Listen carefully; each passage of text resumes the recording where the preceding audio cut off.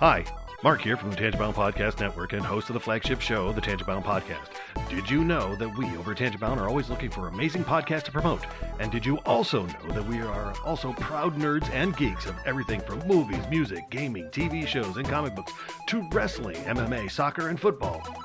Whatever you can nerd or geek out about, we've got it. And if you're interested, we can help you find it. And if you're a show looking for a place to call home, we've got you covered. Side effects may include upset stomach, dizziness, tumors, shakes, and in some rare cases, death from excessive laughter.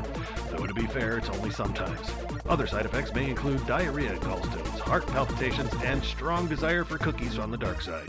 Talk to your doctor and visit TangentBoundNetwork.com and see if Tangent Bound Network is right for you.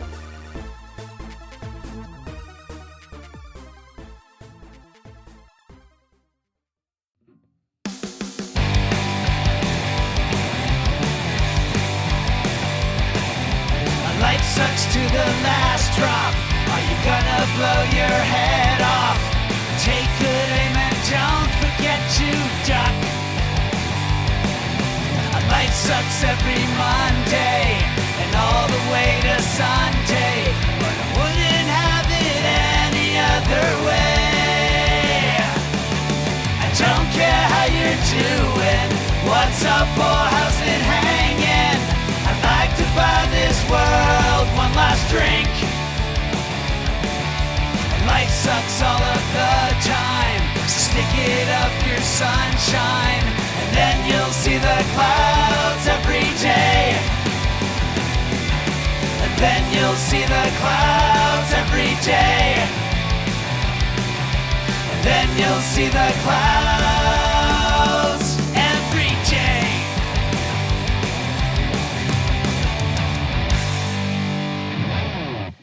Hey everybody, welcome to A New Crazy Life. I'm Brian. Joining me as usual is Henno. Howdy. Howdy. And look, we're back and it's not been a month and a half or whatever. Right? Let's congratulate ourselves for doing the bare minimum. Hooray! Pat on the back. I kid. Oh, man. You know, it's been wild. Over the last couple weeks, I have still had a decent energy level. Like, I've been doing things. I keep listing stuff on eBay. I've been moving and stuff around, doing some, like, cleaning stuff. You know, I mean, not a ton, but I've helped out a little bit in the yard, which I hate. Well, especially this time of year, because allergies are brutal right now. Yeah.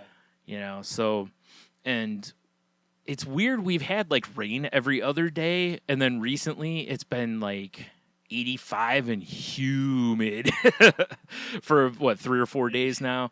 So that broke today. The heat and the humidity are both gone. It was only, I think, 75 or 80, but there was no humidity. It's supposed to stay cool for the next like 6 or 7 days, I think. So that'll be nice. At least I can finally maybe use my dang grill that I got, because when I got it, I didn't have a propane tank, and it was raining every other day. And then I get the propane tank, and then we had all that heat, and I'm like, I really don't want to stand over this thing when it's 90 degrees outside. You know, so hopefully this weekend at some point I think I'm gonna maybe do some like fajitas or something to that effect on it. So, because I need to season it first, which I got a video I got to watch from the company that tells you how to season the thing first, and then should be ready to go after that. But I had to skip my therapy appointment because something else came up, and unfortunately I couldn't do both. But I hung out with our friend Jeannie the other night. We finally were able to get together and hang out. That was a good time. You know, we went and got some Italian food, and then went across the street to a brewery and just kind of shot the breeze and had a couple beers, and that was a nice night. And it felt good to get out and hang out again. I haven't really done much of that in the last couple months. Like, I've really not been just out doing stuff. And it was funny because the night before, Jen was out with some people, and she texted me and was like, "Hey, do you want me to come get you? You know, we're just hanging out." And I was like, I had just started dinner, like started making it, and I'm like, it's going to be about an hour from here. I'm not really ready. I probably need a shower, you know. So I'm like, it's going to be an hour and a half or so before I'm ready. So I was like, no, I think I'm going to pass this time on that. But you know, it was if I had been ready and wasn't making dinner, I probably would have. But it just felt like it was going to be too far off, you know. So, but you know, it's always nice to be included, of course, and Yeah. whatever. So. Yeah, I was trying to think. I haven't. It's weird. I've done a bunch of stuff, but nothing really of note.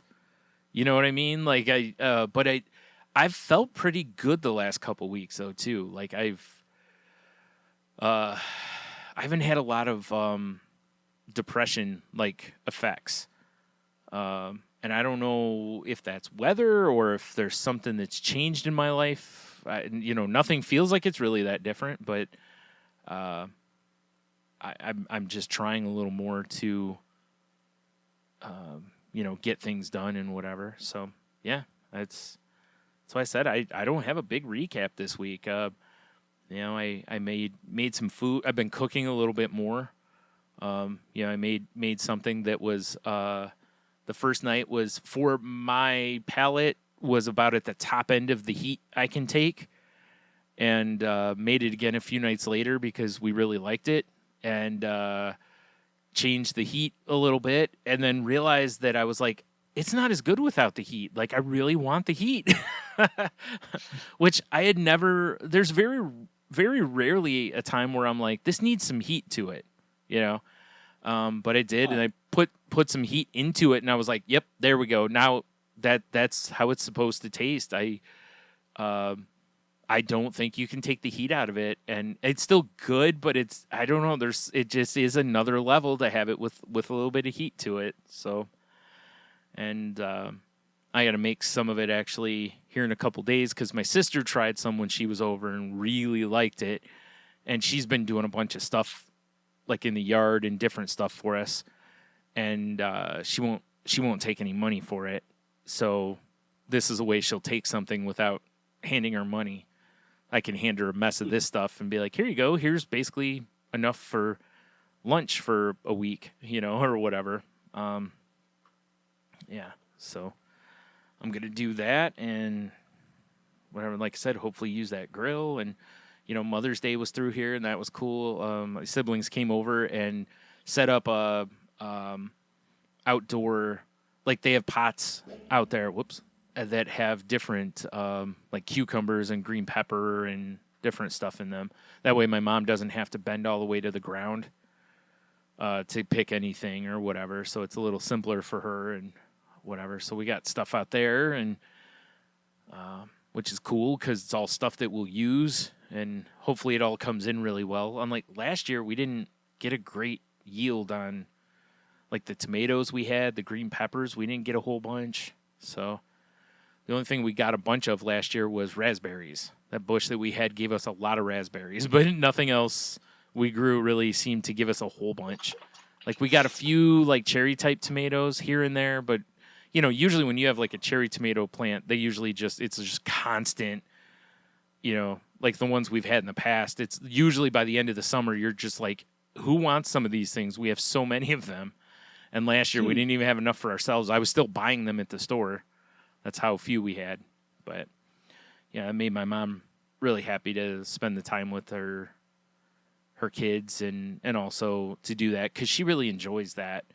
But it's, you know, she's 77. It's a lot harder for her to do that work, you know, putting them into the ground and all that. And again, with it being hot, it's like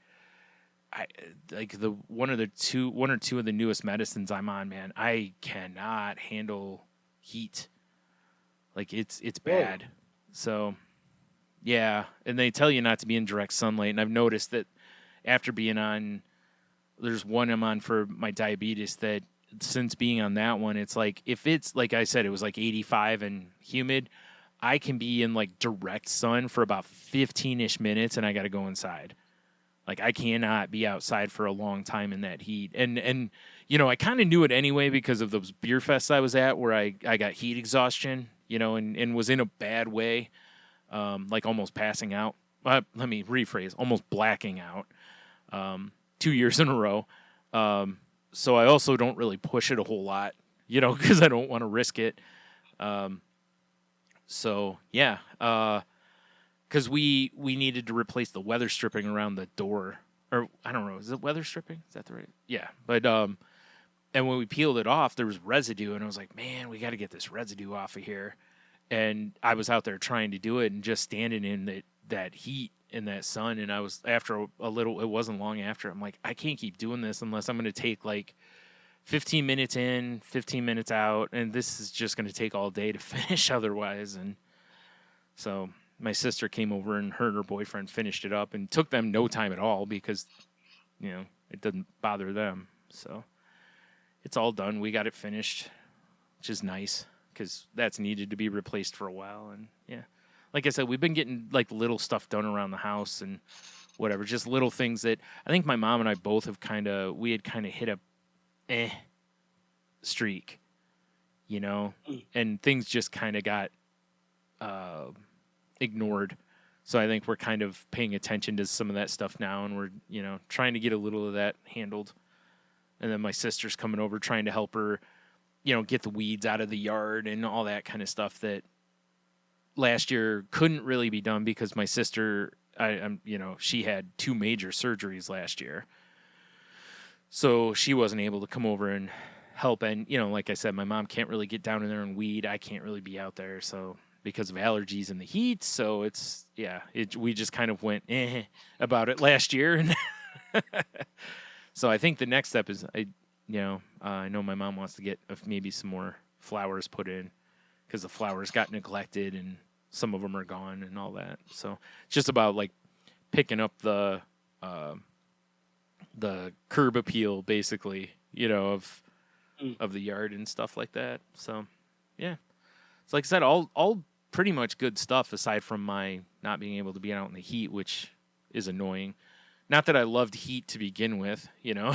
Like I said, I've never been great in a lot of heat, but now it you know, I can deal with the heat. Let me rephrase, but I can't be in like when the sun's just out and hot. You know, like as the day cools off, if it's like 85, I can be out in that. I just can't like when the sun's at its peak or something. So I think I'm just going to have to get, you know, like the big floppy hat and like the whole, exactly, you know, just cover head to toe and basically just wear a beekeeper's outfit when I'm outside. that in and of itself can't be very cool. No, Oh, no. that's funny. Yeah, you know, so. And I talked about this on Salty Language with Tony, but, you know, we were supposed to go visit our former third Mike and friend and see a concert, and that completely fell apart and turned into a thing. So that was really the only thing that kind of the bee in the bonnet, if you will, for the week, you know, or weeks, you know, that was about it. But other than that, it's been pretty decent. So how about you? I'm amazed that it's that warm over there already. Oh man, seriously, it really feels like the way the springs and stuff are going for us. It really almost feels a lot of times like, I mean, we had 70s in the winter, so we basically got our spring in the winter, and now it feels like summer's already knocking on, you know, like showing up. Yeah, I think I had a high of 56 today. Oh geez, wow, that was probably our low. Yeah, and it was. I mean, it wasn't really cold, but it's just you know, this last few days. Well, yesterday when I was at work, it started raining while I was outside, and it kind of wanted to snow, but not quite. It was close. Right. But that's how, you know, it's like this weird. It was all patterns were kind of normal, and then all of a sudden things cooled off. But that looks like on Tuesday it's going to be 78. It's like, oh, okay. Oh wow. Like, yeah. Wonder what happened there. All right, whatever. Jeez. Yeah, today our high, it looks like, was projected to be 80. Our low was 57. So So yeah, our low was your high, basically. Yeah, Yeah. that's wild. Yeah, it's going to be back in the mid to like around 77, 75 to 77 for most of the next like 5 or 6 days. So it's going to get more normal here, thank goodness. I don't mind the warmth a little bit, but the humidity, whew, that was no fun. Yeah. Ooh. That's the one thing that we do not have up here. Yeah, I bet. My brother doesn't usually he has a window air conditioner, and he doesn't usually put it in till, June. And I know we're only a week away from June, but it was still, he had me, 2 days ago? He asked me if I could help him put it in because it was so humid and hot. He's like, I can't sleep. And I'm like, I know. I was like, and you can't really have your windows open because he's got bad allergies too. So you're basically just keeping all that hot air inside your house. And I was like, yeah, this needs to change. So basically put it in for 2 days, and then he won't need it again for a few days. Yeah, but I've been kind of like what you've been experiencing, just like I feel relatively motivated, and I mean, I'm still, I get done with work and I'm just, I'm tired, and Sure. I get home and I can choose whether I want to, get up and do something. But most of the time I just relax. It's been just knowing that, okay, my Tuesday and Wednesday nights are music nights, and it kind of just makes me want to take the other nights and somewhat take it easy. But it's mentally, reflecting back on the last show, the one thing I was kind of, I wanted to feel myself being more proactive, let's say. Yeah. And at least feeling, and I have been to a degree, which is good. I can't say, actually, that's right. I did have some, it's been my weekends that have been where, for me, have been really enjoyable, where I've been, consciously going out and doing stuff that I like doing. Last week was funny. It was Kiki, who's been on the show here, Mm-hmm. her 35th birthday. Oh, nice. Well, happy And, birthday, because I know she listens. So yeah, she came over on Thursday night, and we had a little breakfast date the next morning. Cool. I just took a day off, and it was nice. And then we went down to we're going to go to Boise and meet up with Brianna, and who's also been here. And it was funny. I was looking for a hotel room, and like entire hotels were sold out. I was Really? like, well, that's weird. there Yeah. must have been an event And, or like, something. Well, that's what I was looking. I couldn't find anything. And then I was like, well, all right, is it BSU's graduation? No, they graduated, their graduation was over a week ago. I'm like, okay. And it was demand pricing, but not like ridiculous demand pricing. Okay. It was still, but it was just, they were just sold out. I mean, things were wild. sold out. Huh. All right. And so when we got there, I was pulling in through where we were staying near the mall, and all of a sudden there was just this huge group of young people in, their like athleisure wear, or Right. shorts or whatever and stuff. And I'm like, okay, something's going on. And I pull into the parking lot, and there are school buses, and I was like, then I was walking in, and I saw a T-shirt as track and field, and then we went out for dinner, and it was like a school, like a choir or something, and so it finally kind of dawned on us that it's like the end of the year state competitions for high schools were probably all at the university. Oh, that would make sense. Okay. Right, because the Yeah. university's done, so they were using their Sure, facilities for all sure. the state. Because there were school buses and all sorts of buses from all over Idaho. Ah, okay, as that'd we do were it seeing then. them, like- And that would explain why the hotels would fill up so fast. Because even putting a Right? few 'Cause- kids per room, that's a lot of kids, though. Yeah. Plus Yeah, chaperones and, and yeah. Yep, and we went into like Applebee's, and there was just like one in almost an entire section of the restaurant was taken up by one. It was clearly some sort of singing or dramatic team. They were not the athletic team because the vibe was way different.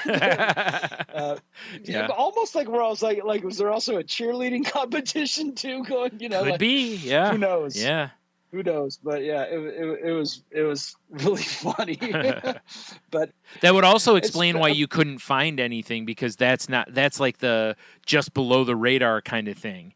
That's not like a big convention or whatever. Yeah. No, at all. Yeah. There was nothing in any of the local, local entertainment, right? Newsletters or calendars or anything. Yeah, that's what like okay, and then Kiki then remembered having state competitions and stuff. And the best was she's like, "That's the same bus that I was on." She's like, "I've been on that school bus. It's the same one." Yeah, probably. Yeah, wouldn't surprise me. Yeah. I never had to worry about any of that. I was never on any team or anything. The only thing I did that was like competition was, I was in a few spelling bees. That's about it for me. So I didn't play any instruments. I wasn't on any sports team, even though I wanted to be. I just wasn't in shape, so I couldn't make the team. I guess I should count. I was in art shows, but they didn't bus like all of us. The parents drove the kids to the art shows, or you didn't go at all. Like, because a lot of them would be elsewhere in the state, and they would just send the artwork. That's it. The teachers would go represent the school. The kids didn't. So, and then they would be like, "Hey, you won an award," or "Here's your art back," whichever was your situation. Yeah, we didn't even. I don't think we had a school bus. Yeah, I'm pretty sure. Like, very few of our high schools did. Everyone just drove themselves to any, whether it was drama competitions or whatever. Yeah. Which, I mean, I don't know what that says. Yeah. Well, like the school I went to, for sure, they bussed a lot of students to things. It was just like the things I was in just weren't, like I said, they don't care about art. Art contests and such don't pay any bills, unlike football events and all that. So we don't get funding. Now that I think about it, I think we did one of my first drama competitions. We were on a bus. Yeah, I'm pretty sure. But like, yeah, and I couldn't even tell you what happened with football. Yeah. Well, we were actually, now this is the difference. Our athletic league is so close, we could all drive. You didn't need to be in a bus. Yeah, we weren't going anywhere. Right. From one community in Idaho to another is typically about an hour. Yeah. Right.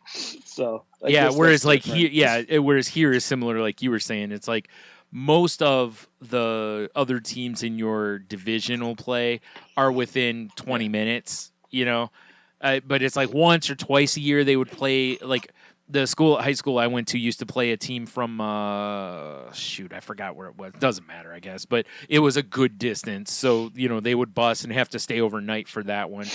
But most of the games were within 20-ish minutes of where we were located. So it was, they still bused the kids, but parents could have taken all the students also, Yeah. But the district I was in, we had one high school for the whole district. Versus the Toledo public schools where they have a bunch of high schools. So all the money from our district funneled into that one high school. So there was some money, It wasn't like rich, but it was way better than the city school, as far as finances went. Because they didn't have to share it amongst 20 high schools. It all went to one. So we had decent buses. We actually had an auditorium that was, for the plays and stuff that were put on. There was a nice football field right there and baseball diamonds. It was we had most of that stuff. It was almost like a private school, but the things weren't that nice. There was still a very distinct line between us and the private schools around, or the Catholic schools. Those had much nicer facilities. Like when they rebuilt the stadium at the one high school, it was like a multi-million-dollar track and football outfit. Actually, they just recently did that at the high school I went to. They really upped the football stadium, and Whereas when I went there, the bleachers were pretty dumpy, and it was okay, but it wasn't great. Now it looks a whole lot nicer. It's got a giant LED scoreboard. It's lit up all night, during football season, basically. So yeah, it's a much different scene because there's even more money probably filtered into it, because football does put some money back into the pocket of the school. Again, unlike the art department, which, yeah, we have to pay for everything. So there's no funding for the art department. Yeah. None. Yeah, we had a good sized auditorium, and but like when it came to like the music stuff, they were tiny little rooms. There wasn't. Yeah, there wasn't where the available. choir rehearsed was not that big, and where the orchestra, all that kind of stuff, the school band, like all that, it was not huge. It wasn't tiny, but it wasn't huge, and there was a whole essentially an art wing at my school. But it was only because it was like, this is the photography room with the dark room. Here's the art resource center where there are some books and blah, blah, blah. And that was just a room that led into like just kind of a big room that had books and and that's where we used to like stretch canvases and do a lot of the behind the scenes stuff for the art shows, and other than that, it was just classrooms. But it sounds fancy that we had an art wing, but it was like, it's only like 4 rooms. It wasn't, like a whole, it's not like on a college where, you have the whole, John Q Art Center, blah, blah, blah, where it's this massive building and all these rooms. But I do know it was fancier than some schools and what they had. Like I said, I knew we were in the middle because we weren't the private, but we also weren't the city schools. So we understood that we had it nicer than, we had a really nice library on the school, all that stuff that, again, some of these high schools I've seen, and it's like, wow. Like you see your privilege at that point, like you didn't realize it when you were there, but having seen it since, you're like, oh, I actually went to a pretty nice school. We had a whole career and technology center built on there. That's where all my commercial art classes and stuff were. And, like I said, I was fortunate to go there. Yeah, when I look at the sports facilities were pretty amazing. Like the basketball courts and basically that indoor, there was 2 rooms. It was one side it was 2 basketball courts, but one was smaller. It was mostly, you just did like wrestling and stuff. Oh, okay. But it was still, there were no stands, right? So, okay. One is a basketball court with stands. The other space is just a court. Okay. And so it was used for, like I said, wrestling. Yeah, wrestling and things stuff. Like that okay. Too. Mm-hmm. And then, our gym was okay, but our locker rooms were freaking massive. Mm. Like they were for a time of where there were it was for baby boomers. Yeah. Our high school was built for baby boomers. Yeah, mine too. When there was lots of people. Yep. And like we had a full-on Olympic swimming pool and a diving pool. Oh, wow. Which was amazing. We did not have I that. think it's finally, yeah. I mean, it was nuts.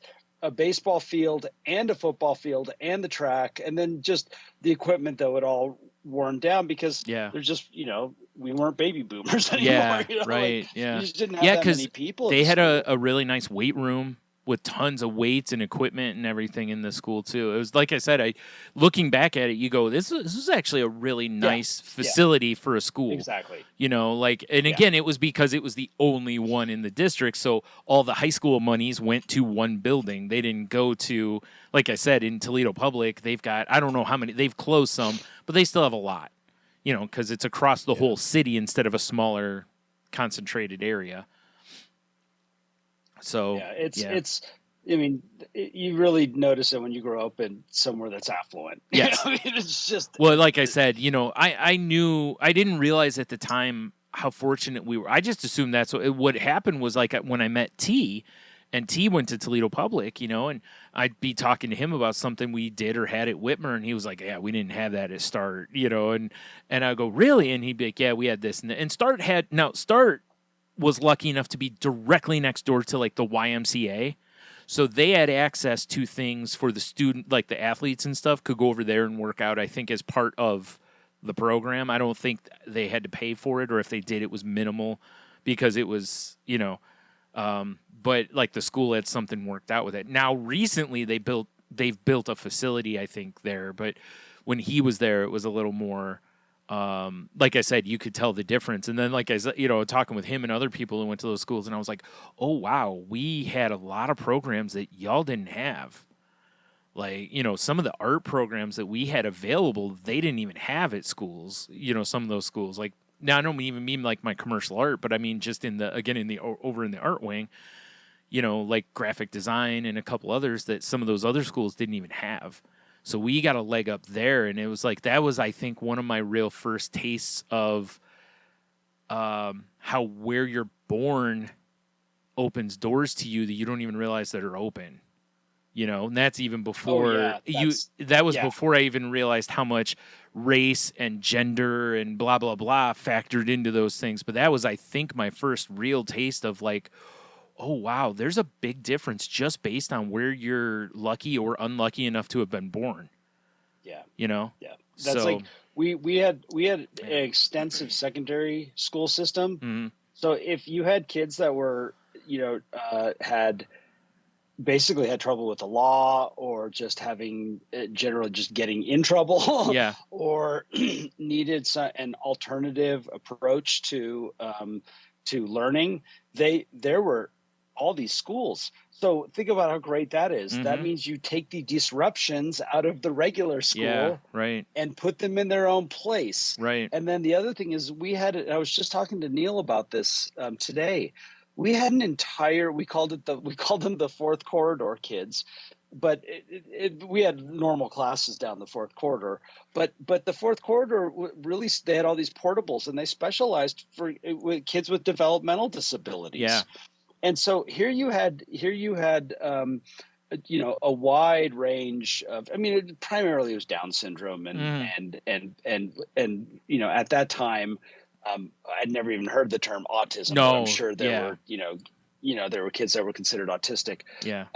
But they had their own area to be in, and then they could bring them into classrooms, normal classrooms, when they were ready. Yeah. But for the most part, they got to be in a safe location all the time, and they weren't just dumped in. Like, I can't imagine what it's like and where I live now in Blaine County, Idaho, again, it's an affluent community. There's a lot of money going into the school system from this community. I can't imagine what the rest of Idaho's like, and what the other schools are like. Yeah, exactly. And it really, you can't help but grow up. It's funny how, like, you'd think growing up kind of sheltered would have, I'm always amazed that somehow I didn't end up judgmental in that way towards people. Do you know, I think for me, why that didn't happen was I never saw where I went I didn't see it as affluent, even though looking back it is a little bit, but it's basically like what the way people looked at it around here was that the public schools were lower class. The school district I went to was middle class, and then private schools were upper class. So if you went to where I went, you didn't consider yourself like rich, because most of the kids I knew were not rich. They were middle-ish class. A few of them were a little like rich, but I think that's what it was to a lot of extent. But you didn't realize that the school district itself was actually affluent. Like the school district I went to had a lot of money because they own a lot of property in the area. They've got a lot of revenue that comes into just them. Like I said, they have a variety of like middle school or elementary schools, but there's only 2 middle schools and 1 high school. So once you get out of the elementary school thing, there's a decent amount of money dumped into the next 2 layers, and you don't see the same thing in public schools. That's why I said, once I started talking with someone who was in public schools, I was like, oh, actually, I was really lucky at the time to end up where I did, because I got opportunities they didn't get, even though I maybe didn't get opportunities that the private schools get, which I don't know about that. Yeah, of course. It's different doors open to you. You know what I mean? And that's why I think for me anyway, that's why I don't think I ever really I never felt sheltered. I never until I saw how much we were sheltered and how much, how many things that were provided for us other school districts did not get provided for them.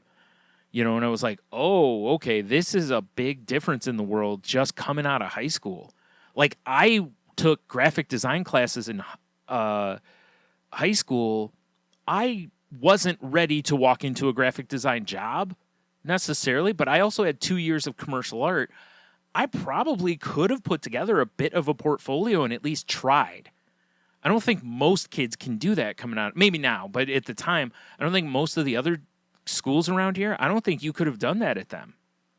That's a big difference. I maybe wouldn't have had to go to college, and that was provided for free, tax dollars. So, and like they had a police starting program, they had accounting, they had, I can't remember, cosmetology, and a whole bunch of other things. So where literally the point of it was so that you could come out of high school and skip things in college because you already had been trained at like the base stuff. So you already knew the entry level stuff. So you might be able to skip a year of college. That's a huge advantage, money wise as well as time, Yeah, I think when I look at some of the when I look at my upbringing in relation to like my recovery and any sort of let's just not mental health issue, but let's just call them behavioral things. Like it's really hard for me when I sit there and I go, all right, you had everything you needed. Yeah. Like it wasn't like I got to go to a private school for elementary school. Yeah. I was lucky that my parents were willing to do that. So I got a really good education. Yeah. The private school didn't have a lot of amenities, but we had a good education, smaller classes, all that stuff. Which is important and makes a massive difference too. That was another thing we had at the school I went to. Our class sizes were around 20 to 22 students versus at the public schools, they were like 30. That's a big difference. We got more one-on-one time with the teachers. Yeah, and then when I went to the public school, it didn't feel much different because we were all the same kids basically from the same area. We'd play sports together even though we went to private and public schools. And the education level was pretty freaking high. It was just more standardized and less kind of customized but you had so much opportunity and my dad had a company car. So, we had 2 cars in the driveway. Sure, we went to secondhand stores and all that stuff, and I had hand-me-downs and whatever. Yeah. But there was nothing I ever felt I was lacking. Right. And yet, I still do consider that I somehow still kind of ended up with a little bit of an entitlement attitude. When I look at some of the decisions I made when I was younger, I clearly did not appreciate certain things that were given to me. Yeah. I mean, I really didn't. Yep. And I think that's pretty normal. Most people don't. You appreciate them later in life that you had a good upbringing. In the meantime, you're like, my parents are so strict, but then when you turn 30 and you've got a kid or whatever, I've so many people I know have been like their parents and like, I'm glad my parents were that way. Like they didn't let me just be a terror on the world. I mean, it's funny. Even I talked to my mother about it, and she, by the time, let's just say they were strict when they needed to be strict, but by the time we got into high school, there were just certain things that you just considered none of her business. Yeah. And until there was a knock on the door by the police department, it was still none of her business. Right. And we talk about to this day that there was a certain amount of freedom, which, I don't think, my sister got in trouble more than I did. And I don't think we ever really took, major advantage of it. Yeah. I think a lot of it was we took advantage of my parents' financial situation and their responsibility. I know my sister has always been way more responsible than I am. And I mean, it's weird to think that it's only been for me within the last, I want to say, decade that I've actually felt like I've been I've been acting like an adult when it comes to, my finances and stuff. Right. And I look back on it, and yet you see, we had every opportunity to absolutely excel and all that, and all that stuff.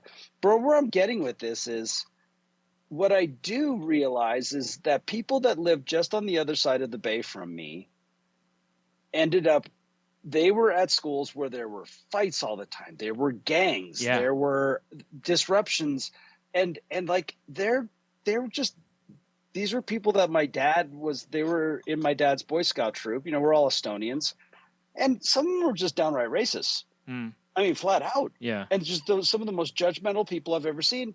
And I started to realize, I was like, all right, well, I went to school with other nationalities, with people, immigrants, all this stuff. And I never had any animosity towards anybody. My big thing was I went to school with a bunch of hippies, you know? So Yeah. I went to school with, you know, people named Cloud and Starfire. and I thought that was normal, right? Right. You know? Yeah.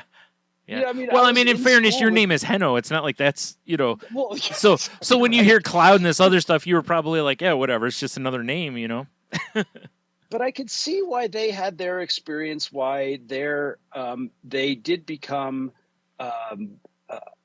you know, their attitude towards other ethnic groups are what it, you know, grew to be what they were, is because if you have a group of a certain ethnic group picking on you or beating you up or whatever, they're Yeah. the ones constantly getting, whatever it is, disrupting things. If your school ends up going from clique to gang feeling, Yeah.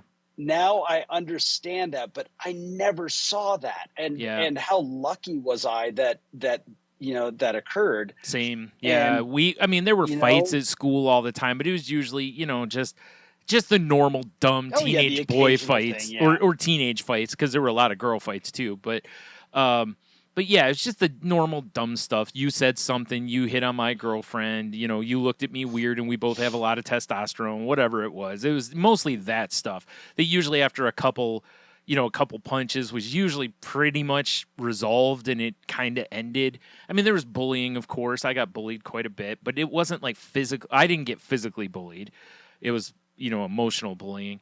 But yeah, it was mostly like that. There was a little bit of like gang stuff, but it really wasn't. It wasn't like, I don't want to joke about it, but it was like, it wasn't dangerous gang stuff. You know, it was more just like a gang of kids together. It wasn't like they Yeah, were but part of it's something more bigger. like it was like the baseball team, Yes. guys, versus Yeah. the football team. Basically, guys, or that's more of whatever. what it was. Yeah, it was more of a like clique than gang, like you said. It It's was- more of yeah, a clique. exactly.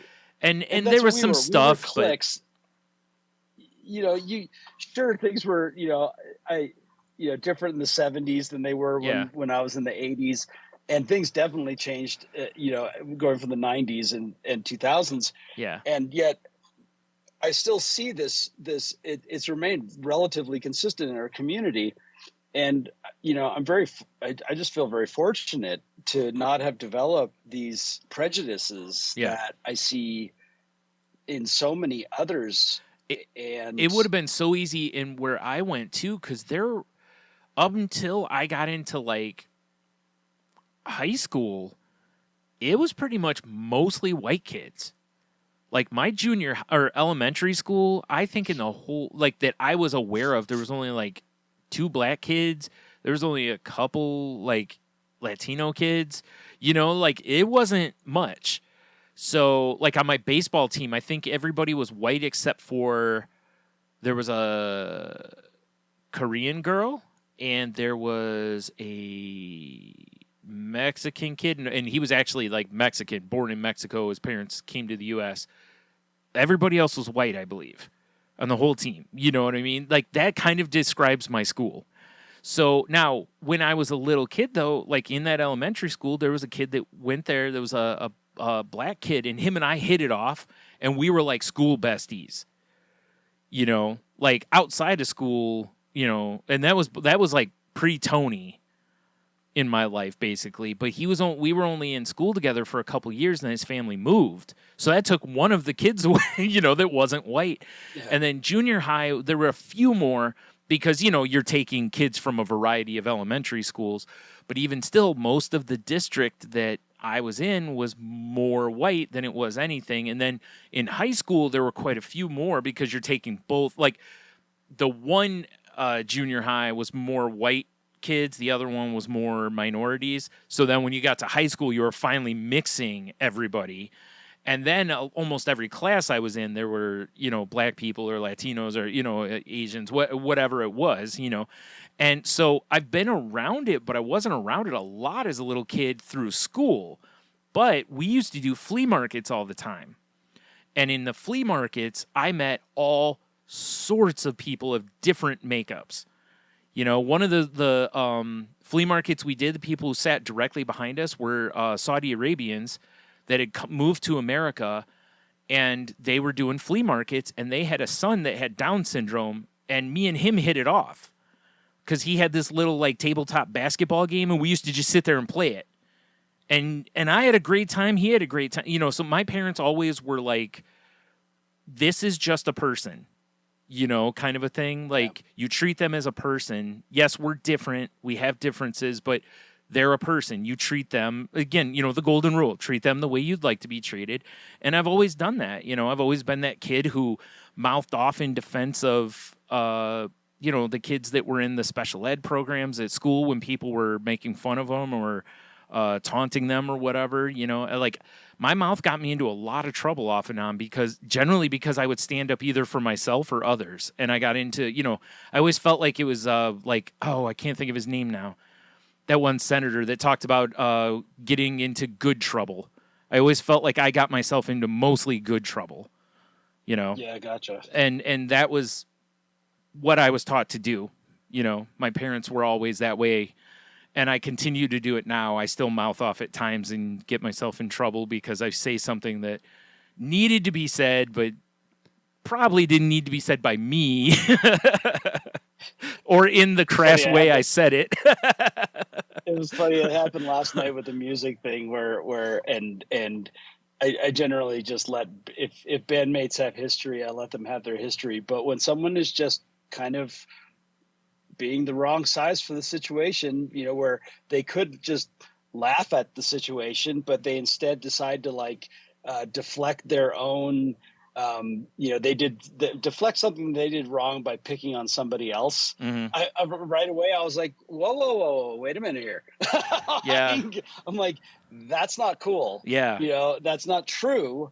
And luckily it just diffused really quickly. And nothing else needed to be said, but it kind of clicked in my brain a little bit. I'm like, usually it's behavioral stuff now that where I see, I have a real hard time with this is a great place to be, to finally be where negativity turns me off. Basically. Yeah, me too. Big time. Yeah.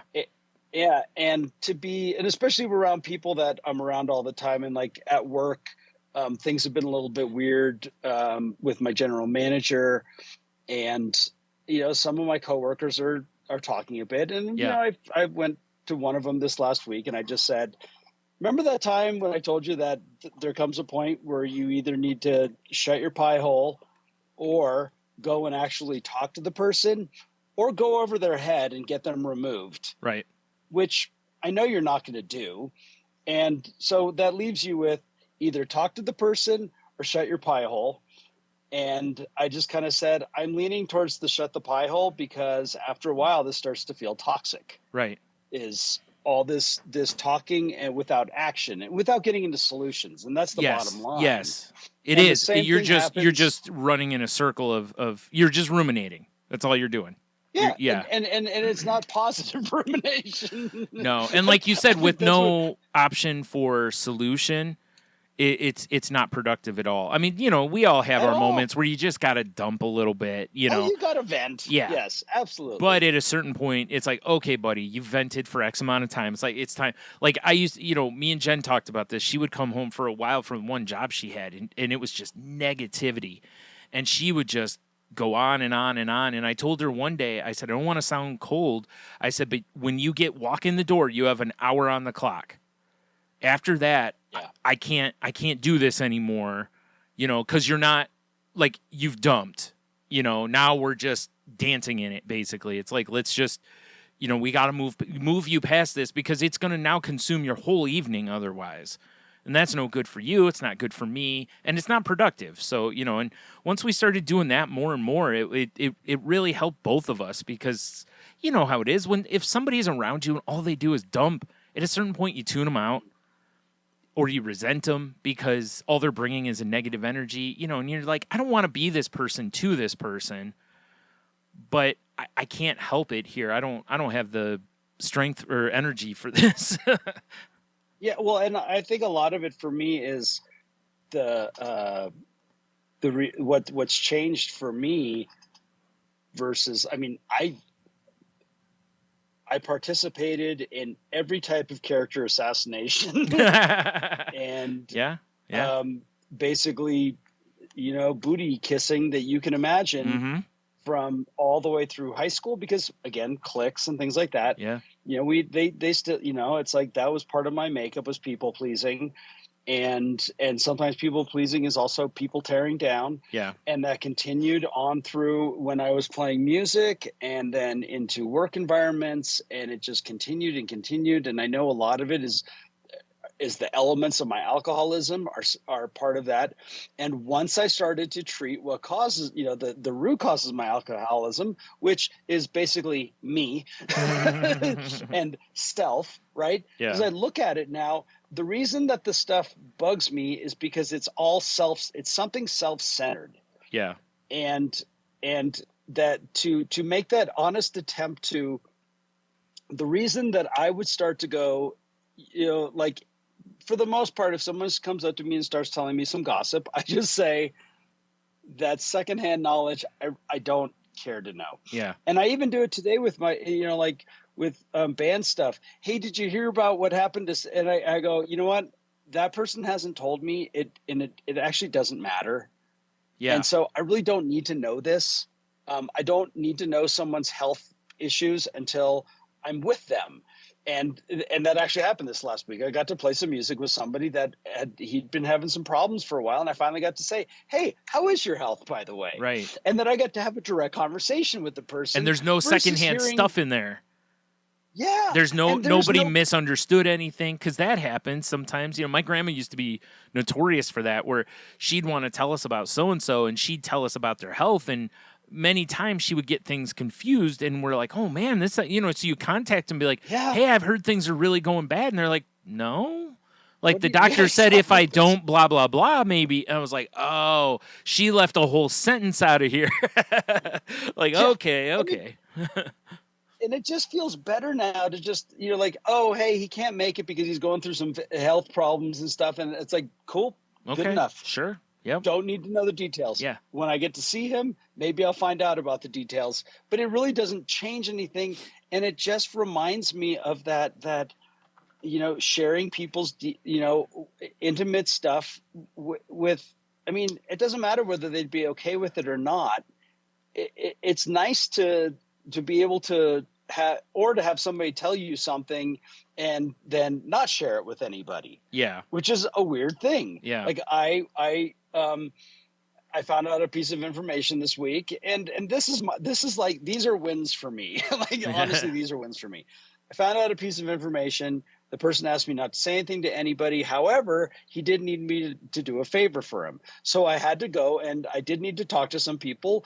And all I said is, the reasons why I'm not at liberty to discuss, but this is the case, and let's just say the person had another opportunity. And so they're looking to fill in some band stuff. And it just felt good to go in and just respect one person's desires and wishes, accomplish the goals. I didn't need to say anything. I didn't need to talk anybody up. And it's like, thank God, finally I'm doing it differently. Yeah, right. It takes a while to undo decades of people pleasing. Yeah. Like, it's really hard. Well, and then also, you're rewarded so much in life at a lot of jobs and stuff by basically, as soon as you get anything that can be used to pull someone down the ladder and potentially maybe you feel like it so people will run and tell people like, hey, so-and-so has a deficiency. And you're like, oh, really? It's like, and you're rewarded for that almost, because it's like I said, it's like you're rewarded because you've torn someone else down.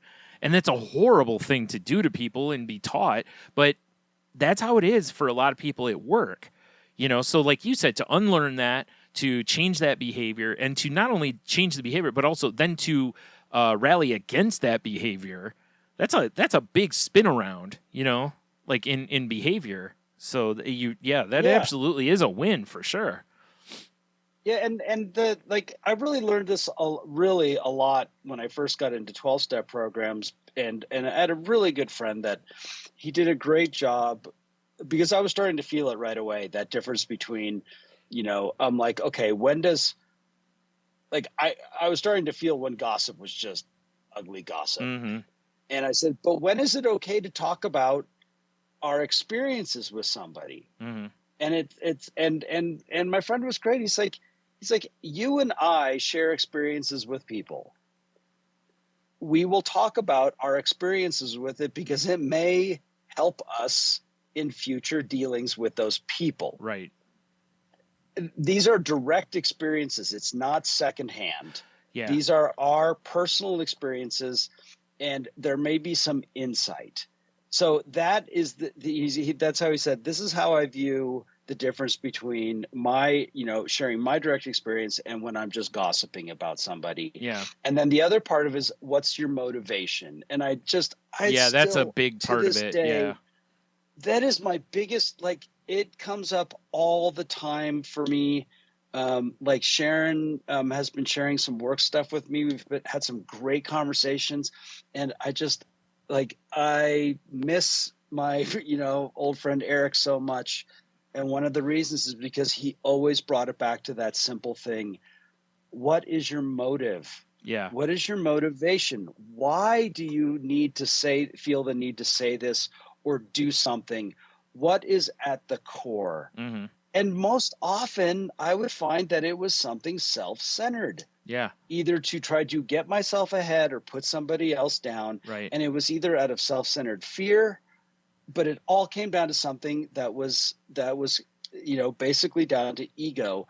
And if my purpose is to kind of put myself to the side and be of use to others, then that the motive changes suddenly. Oh, drastically. Yeah. Like everything changes. Yeah. Like there is no need to talk about half the stuff. Oh no, you're totally right. Yeah.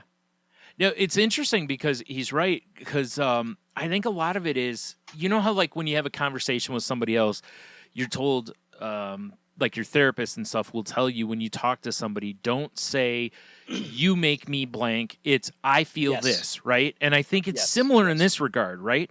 Like if I'm talking to you and we happen to be talking about somebody else and I go, this makes me feel blah, blah, blah. And I keep keeping it in that context. It can be about how can I process this? Because like you said, I still want to be of service. I want to be friends with this person, but maybe there's something that in their behaviors that I find difficult to resolve, and maybe I need that outside opinion to help me with those kind of things. And unfortunately, like I'm not trying to gossip, but you have to, like, you're saying this person, blah, blah, blah, because it's part of the story, not because you're running to someone like, oh, I got to tell you about so-and-so. It's more of like, hey, this makes me feel like this. And can we have a conversation about that? Like I said, it's more about the me, even though I don't mean in an egotistical way, but just you keep it about you and how you feel and how it affects you versus they need to change. They need to this. They, they should do this. They should, kind of thing. And I think, like you said, and the other key to it is for sure asking yourself, what is my motivation here? Because you're right. If my motivation is just to stand on their shoulders or stand on their head, or step on them, that's no good. If it's to help me be a better person, maybe help me be a more understanding friend, those kind of things, then that's admirable behavior, or at least behavior that there's a point in. Otherwise, like you said, it's like you're just engaging in gossip, and who cares? It's none of your business. Well, we're all nosy, Yeah. Well, the especially when it comes to like any sort of partnerships. Yeah. whether it's work or podcasting or music or whatever kind of organizations, many of us will often talk about our other partner. Yeah. Especially like when there's three. But what I've noticed is usually it's because we want to continue to love them. Yeah. We want to continue to we admire them, we appreciate them, and sometimes you just need to laugh a little bit and go, God, don't you love it when they're something, whatever their behavior is, whatever their thing is. Like, I don't mind the people that do music with me. I will tell you what my common traits are. That people can talk behind my back all they want. Mm. And I know they will talk about it, laugh at it, but it's because they love and respect me. Right. And otherwise we wouldn't be in a partnership together. Yeah. If it and who we are is I am everything that I am, my assets and my liabilities. Yeah. And that's the bottom line. And as long as my I look at it this way. If my assets contribute, but my liabilities make you laugh, then we're on the right side. Yep. If my liabilities are taking away from the experience and my assets are barely covering it, making it worthwhile, then I'm on the wrong side of this equation. It's the old plus minus chart, Right? If my minuses outweigh the pluses, then you should probably ask yourself what's going on here, or maybe we need to have a conversation, about trying to level this playing field out here a little bit. Yeah. Wow. This has been one interesting podcast. We went from our the quality of our high school education to motives for gossip. Yeah. And when it feels okay to talk trash about somebody. Right. My other win was today, which was I had a friend called me up, car trouble, and I'm just like, looked at the time, I'm like, it's rush hour. It's 4:30, and I'm like, okay, I just need to be back in time to podcast with Brian at 7. I'm on my way. And it felt so good to get down there and look at the issue. And I hate these ones where I'm like, well, that's probably like maybe a $20 or $30 part that they probably have at the local parts store. I know exactly how to install it, but I can't physically get to it. Oh, man. Yeah. I'd have to remove this, and this, or get some sort of specialty tool. And I'm like, I'm sorry, but you're going to need to tow this to a repair shop because like that, if it was my car, it'd be worth doing it. Yeah. But I'm like, but it felt good to go help and to get everything straightened up and then to give a ride home and to feel like, cool. That was like, it was amazing how my first reaction was like, so this is going to be great compared to our last podcast. I had that first thing is like, I'd probably like, she expects me to come help. And I was like, well, of course she wouldn't be calling you, dummy. Right. And how amazing is it that she chooses to call you? Yeah. So feel grateful that you are being asked to be of service and go be of service because you're going to feel good. Because what did you say in the last podcast? Yep. You feel like you want to get out there and interact. Yeah. So here's the opportunity, punch myself in the head, like, wake up. Yep. You asked for it. Yeah. Because I was, exactly. Be careful what you pray for because you might get it. Right. Because here I was feeling awfully comfortable playing my online poker. Yeah. Because that was important. Yeah. Yeah. It's like, no, so that was my other win for the week. I just said I wanted to get out and help. I didn't really mean it. I was like, well, I was talking theoretical. Yeah. No. Like, not like not that. Theoretical. Yeah. I was meaning like, I'll buy him a sandwich or something. Right. That was great. Like you get to choose, what befalls someone that needs help, I just love that it's just a reminder there's no finish line. Right. I am my worst enemy. Yeah. That's right. And sometimes I need to remind myself of the exact same thing, the exact thing I said not too far in the distant Yep, past. that's right. That's right. Oh, It's like I classic. used to say all the time. It's like, quit doing good things for people, and no one will expect you to do good things. Thanks. It's real simple, Henno. So I would really rather feel good. Yeah, me too. Me too. I had that conversation with Jeannie over the weekend a little bit too, and I've said it on here a bunch of times about people. I'd always rather care and get hurt than just be cold. Like I don't want to live a life of cutting others out of my life and just being cold toward anybody. That just seems so like such a miserable life to me. And I see people that I feel like that's what they're striving for. And I'm like, oh, I wish I could get you off that road, cause it's so awful. But, yeah, that's what I said. I joke about it all the time, but I could not live that way. Yeah. It just comes back to, be the change you want to see in the world. Yeah, that's right. $6.04. Yep. All right, well, really quick here, I have a list that I saw, and I believe it was Reddit, and I just want to cover, because some of these things I think they're just kind of, they're gentle things you can do that kind of will, across time,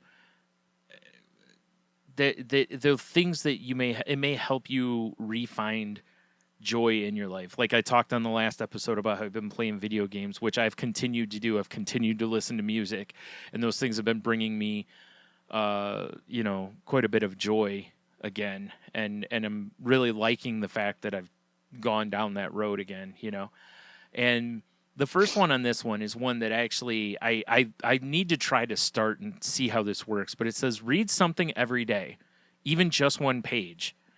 And I never thought about that. I talk in therapy a lot about when you have something, break it down to the smallest step and see if you can accomplish the smallest step. If you can, maybe attempt the next step, right? And that, like me, I have a hard time reading, but maybe if I read a page, like short chapters in a book, like, if you ever read like a comedy book, like usually it'll be like a page or two of a story and then they move to the next one, and it's like, this is perfect because I can keep reading if I want to, but if my attention's just not there, I can read one and still feel like I've accomplished something, But I never thought about just trying to read like a page or so a day, because in my head I'm always like, you got to finish the chapter. It's like, well, who says you're not in school where you need to have certain amount read by a deadline? I'm not one of those people that's going to make one of those lists that it's like, I'm going to read 50 books this year. And I'm not knocking people that do. I have all the admiration in the world for the people that can do that. I wish I could do that again. I used to read like that because I used to read about a book a week, and I'm lucky if I read a book a year now. So the next one, and this is also, some of the stuff is for like creative people as well. It's like write something every day, even just one paragraph. And don't disregard that if you're not a writer. Make that your gratitude. Just do a quick paragraph about what you're grateful for the day. Do it at the end of the day or the beginning of the day, whichever, and it can be a good exercise in that as well. And it does help you sometimes. Or if you got to get something out of you, write it down instead. You can always crumple it up, throw it right in the trash afterwards. The next one is get some sun on your skin as early as you can in the day. I've been seeing stuff online that people are saying that like getting the sun on you early in the morning seems to like wake you up and get you going more. I don't know if there's any actual science to that, but I also don't really see where it's horribly harmful. Even if go outside and, well, like if you have a dog, you can walk your dog or go out in the backyard with them for a minute, or sit, if you get up early enough, sit outside for a couple minutes and read your page or write your paragraph. You can combine some of these and really knock these out. The next one is write down anything that resonates with you. And I used to do that a long time ago. I would write quotes down or stuff, and I've never been the type to like highlight in books, but I used to put a Post-it note on the page, kind of in the same thought process, which was if something really sticks out to me, mark it. That way you can come back to it. kind of a thing. Mm-hmm. So like I said, if I heard a quote that I really liked, I used to jot it down in a journal as because I used to journal every day. So sometimes I would write quotes down in the journal too that really stuck with me, But it doesn't have to be quotes. It could be anything, that just really sticks with you. The next one is value your time above all else, which this one I don't 100% agree with. You should value your time. You should understand that your time is valuable, but I don't know that your time is always worth more than someone else's time. That's where I think this can get a little gray, is that if I'm asking you to do something for me, my time is not more important than your time. Our time, both of our times are very important, and we should, try to find a resolution there. But I get what they're going for, is, like I said, mainly to understand your time is valuable. And I don't mean you have to get paid for it, but also make sure other people understand that your time is valuable, in that as well. The next one's find hobbies that engage your mind and soul. Do them daily. That one might be tough, but I understand what they're saying by it. Shoot for doing things you love, listening to music, playing video games, watching Bob's Burgers. If it's something that really, doing a puzzle, whatever it is, playing guitar, write, paint, whatever. Try to find time to do that in your day. It's so weird, as I've said in the past, it's so weird to feel like you need to schedule things that supposedly bring you joy, but some of us have to. Especially, I've heard that plenty resonates a little too close. Yeah, right. I've heard quite a few people with ADHD having to do that though too, because if they don't, they'll forget, or they'll be so, their brain will jump right past that. That permanence thing. Yeah. That we talked about. Yep. The out of sight, out of mind. Exactly. Yeah. The next one, man, this is one we've talked about before, but it can't be said enough, especially in the days of social media. Stop comparing your behind the scenes to everyone else's highlight reel. Wow. Yeah. It's exactly. the old, don't compare your insides to others' insides outsides. to other people's outsides. It's the same idea though. Is always remember that people give you what they want you to see. They rarely ever give you everything. So don't compare your everything to their, like they said, their highlight reel. That's so important. That's one I've worked on for a long time. And that was a real problem for me with art for a long time. I think I'm past it as far as art goes. That I think at least that door is opened again. I have other issues with art, but at least that one is not one of them, to where it's like I'm not going to do this because everybody's better than me situation. But yeah. The next one is listen more than you speak. There's many, many times in life that will get you very far. You hear athletes tell rookies that all the time. Sit in the room, shut your mouth, and listen, because the veterans have a lot of advice that could save you a lot of trouble, may save you money, may make you money, and same in life. Also, we just talked about a bunch of gossip, so that's that helps you gossip less too. The next one is create more than you consume. That's hard. Because we're conditioned now to consume all the time, everything, music, TV, movies, video games. The list goes on and on and on. It's everything. It's consume. So it's tough, but it's a good goal, and it's to make sure that you create. And you don't. Again, I reiterate, you don't have to be an air quote artist or musician or writer to create.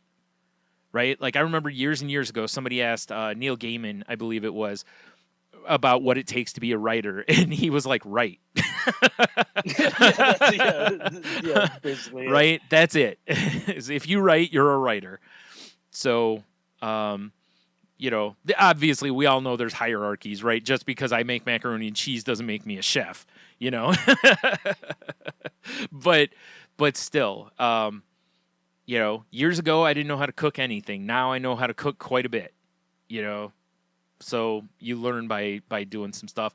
And again, never let the fact that you're not trained or blah blah blah get in the way. What was it, that quote we saw was that don't be afraid to embarrass yourself daily, or do something that'll embarrass you daily, or something to that effect. Yeah, that's you right. know. I remember that one. Yeah. And so it's like, go to the drinking paint classes or whatever, do stuff like that. Even if you don't think you're an artist, there's a lot of ways to create art without being Rembrandt, same, just because you noodle on a guitar doesn't mean, maybe you're not Jimi Hendrix, but that doesn't mean you should put the guitar down. If you enjoy it, enjoy it. True. So again, going back to the don't compare stuff. The next one is never say yes simply because you feel obligated. Boy, oh boy, you talk about a hard one, because that's boundary work. Yep. And boundary work is really hard, because even once you set boundaries, you really want to like loosen them from time to time. And sometimes it's like, if I loosen it here, but very important to, if you don't have the capacity to do something, saying no is okay. Changing your mind is okay. Don't ever let anyone, well, you said yes before. It's like, yeah, and things have changed. I can't do it. I have new information. Yeah. Yeah, however you want to phrase Right. it. I had that it didn't quite get there yet, but I had somebody kind of throwing out like a little fishing lure at me about Yeah. something that I was like, all right, where are you going at with this? Because if I were to do this, I would need to basically do nothing else for the next week. Right. And the part of me that wants to say yes, that part of you is also telling everybody else around you to basically go kiss off. Mm-hmm. And that's not cool. Right. Just because you want to say yes. Like, think about who ends up hearing no. Right. You know? Exactly. Well, again, going back to the value your time above all else. Remember when I was like, I kind of don't agree with that?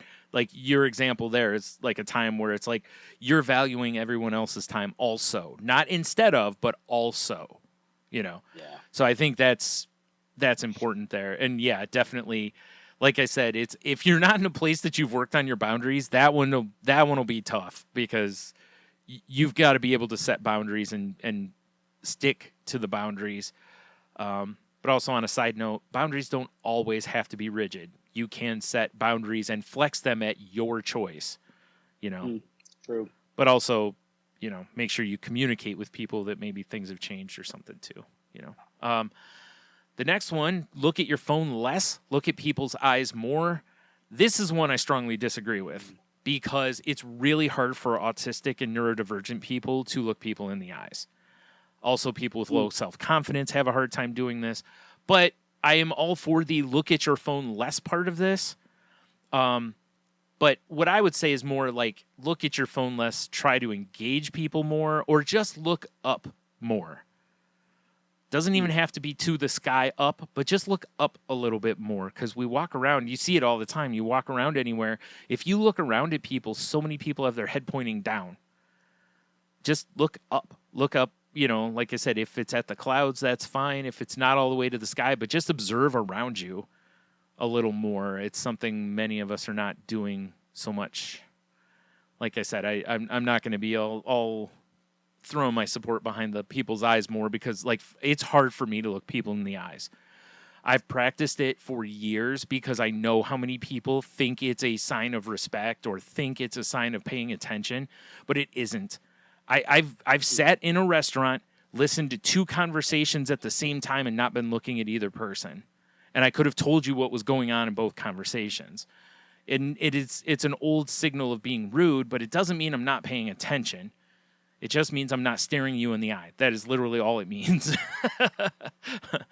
But it is nice if you can look at someone when they're talking. It is nice, because they know for sure you're engaging at that point. Even though I can kind of dissociate while I'm looking right at somebody.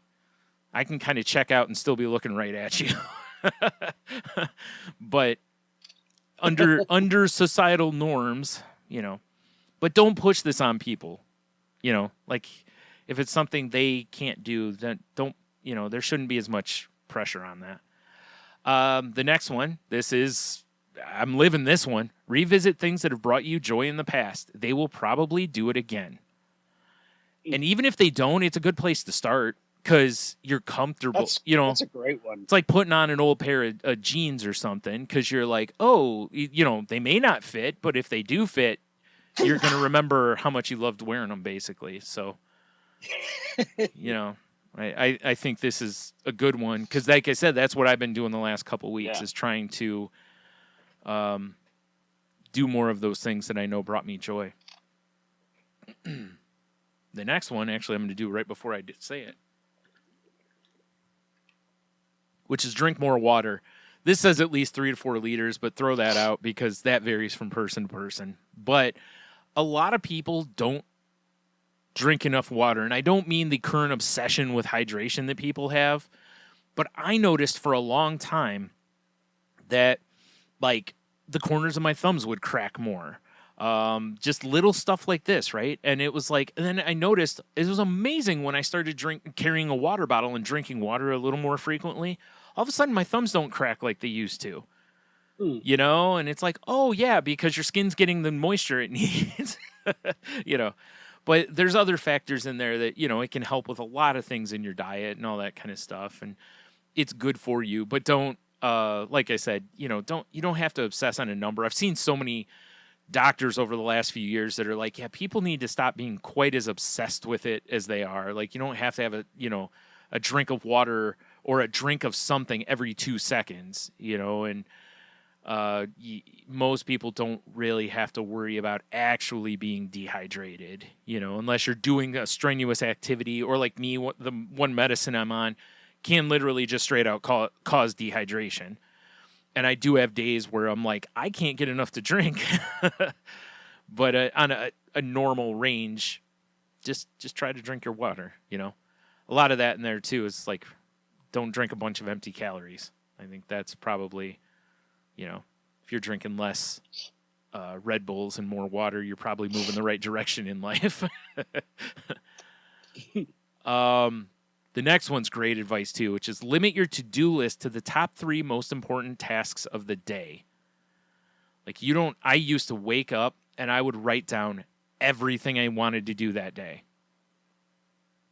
And next thing you know, you're looking at a list of like 25 things and you're just like, I can't get this done. And it tends to paralyze people. It can really feed into executive dysfunction in people with like ADHD, their ADHD or neurodivergent types.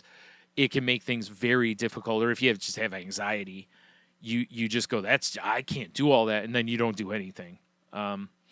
So if you can just do kind of 3 things that you really focus on, you can always write more. Like if you get those 3 things done, you can always write another 3 if you'd like to or whatever. So it doesn't only have to be those 3 things, but it's just a good start. Like I said earlier, my therapist always is telling me when something seems insurmountable, break it down to the smallest step, and try to do the smallest step and then move from there as you can.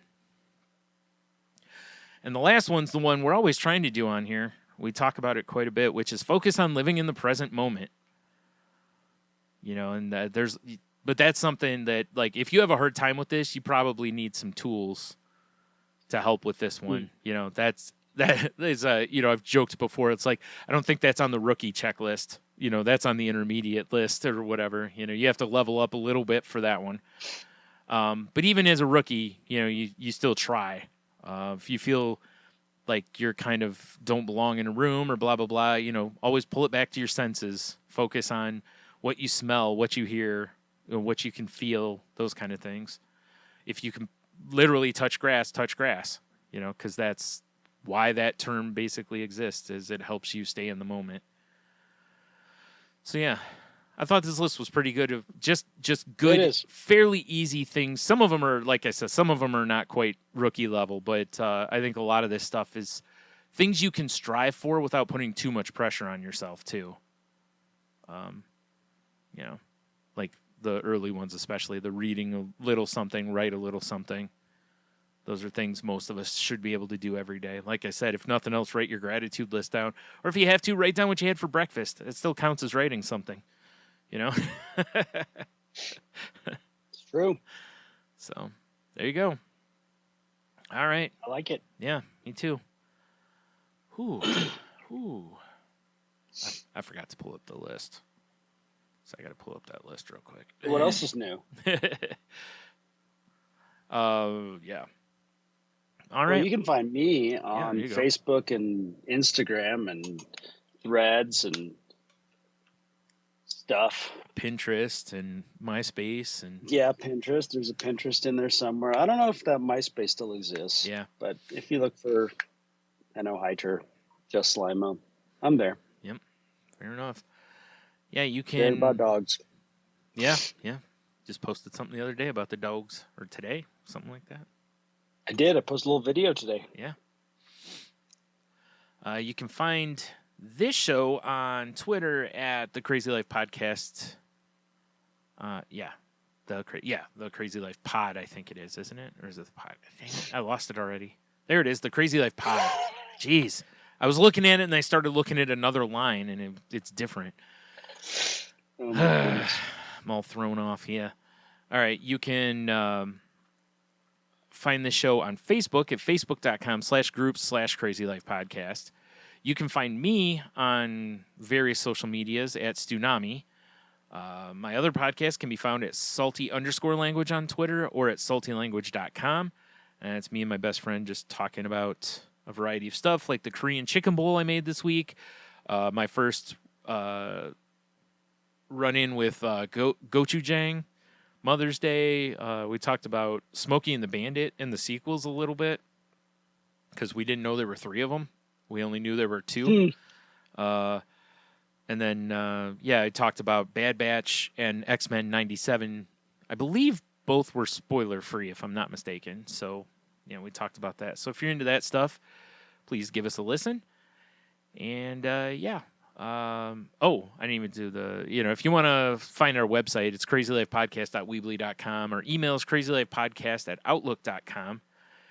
And, I believe that's all of it. If you are in a position of need for help, please reach out. There are all sorts of resources out there for you. I know sometimes, time can be a problem, but there are various anonymous numbers and websites you can talk to people through.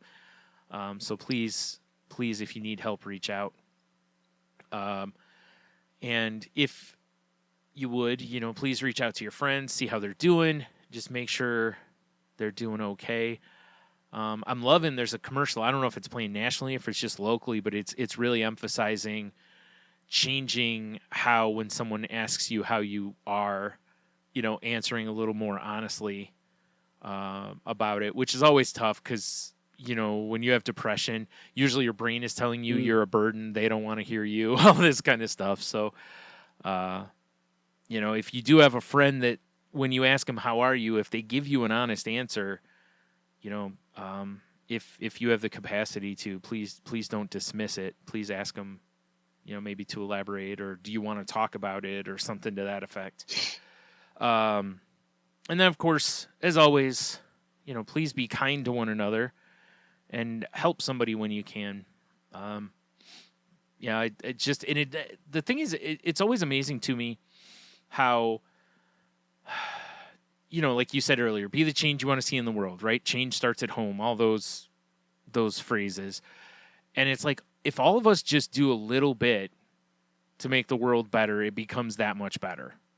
It doesn't fix everything, but it still at least becomes that much better, right? Just incrementally.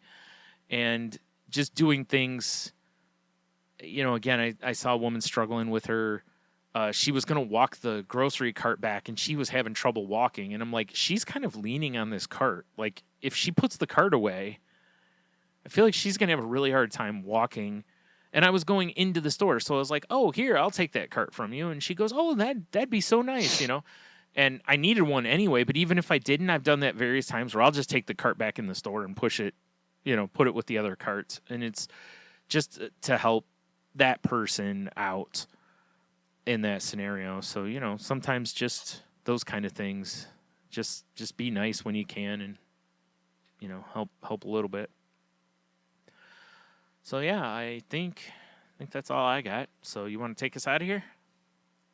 Yeah, I got a quote from Michael Altshuler, who's author and motivational speaker. It says, "The bad news is time flies. The good news is you're the pilot." I like that.